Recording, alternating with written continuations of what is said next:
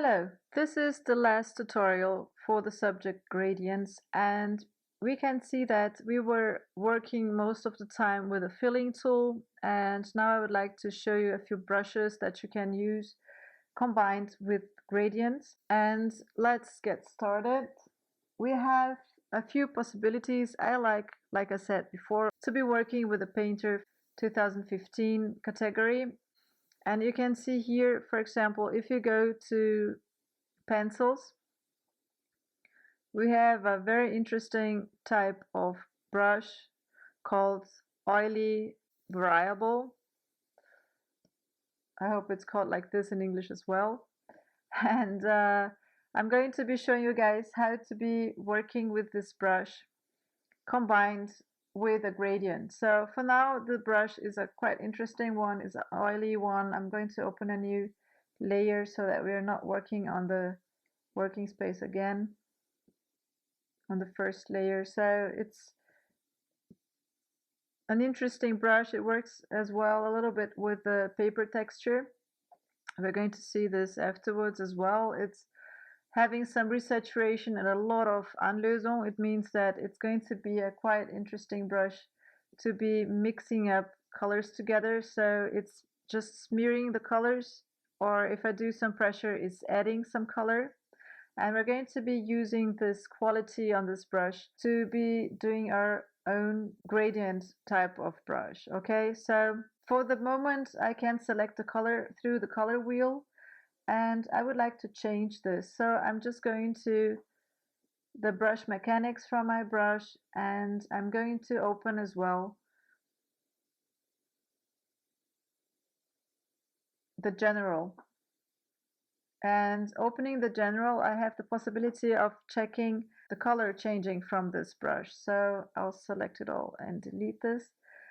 And in the first case, we can be working with the hue saturation value that we have through the color wheel. We can be working in RGB, and we can be working with the gradients as well as with the color tables that we have in Painter. So I'm just going to select the gradients.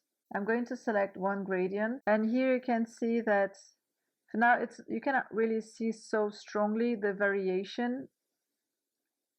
But if I would grab something that gives me a bit more color, like here, you would see a little bit better.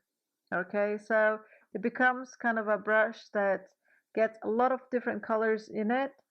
And of course, you have the possibility of using it like this. It's quite nice. It's quite vivid.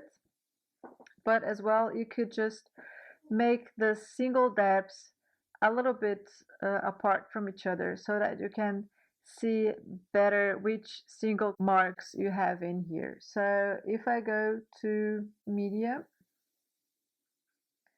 here you have jitter.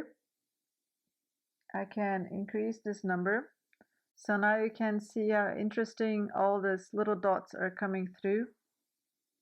And the nice thing about it is as well that at the moment I do less pressure.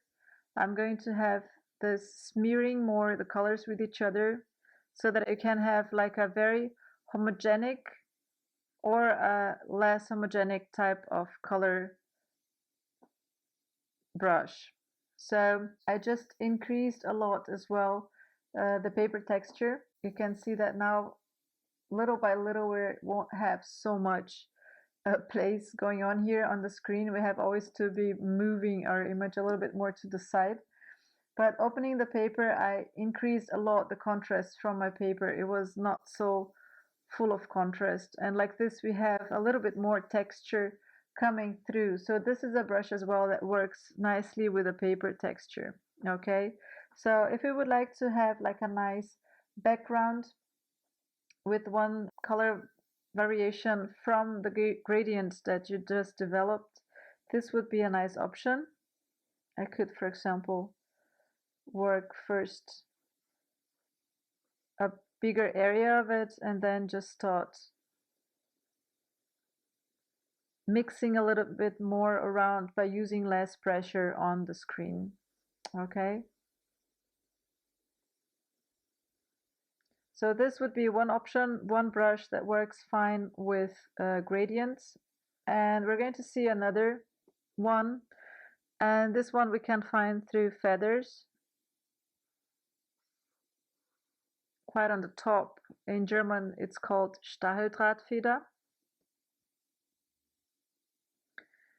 And you can see that the first line of it, it's quite narrow, and it works interesting because if you do a line very slowly, it's going to be a very dense type of line. And if you do a very quick line, you're going to see that it's going to be a very airy type of line. And for now we have just one single color, and I would like to do the same as we did before. So we're going to Farbänderung in German called color variant, and we're going to say from gradient. I'm going to pick up one gradient that I have here on my gradient library, and we can see now how this looks like. So I'm just increasing the size of my brush, and you can see that we can do a quite interesting background that we can afterwards work on it, or we can just grab something that has a little bit more color. And you can see that if I go very fast, we keep some kind of transparency. I'm just increasing a little bit more my brush. Just really a quite full type of brush. It works very fast. It's quite a lot of fun to be working with it actually. And it gives you like an interesting type of texture that you can be using as a background to do some illustration on top afterwards as well.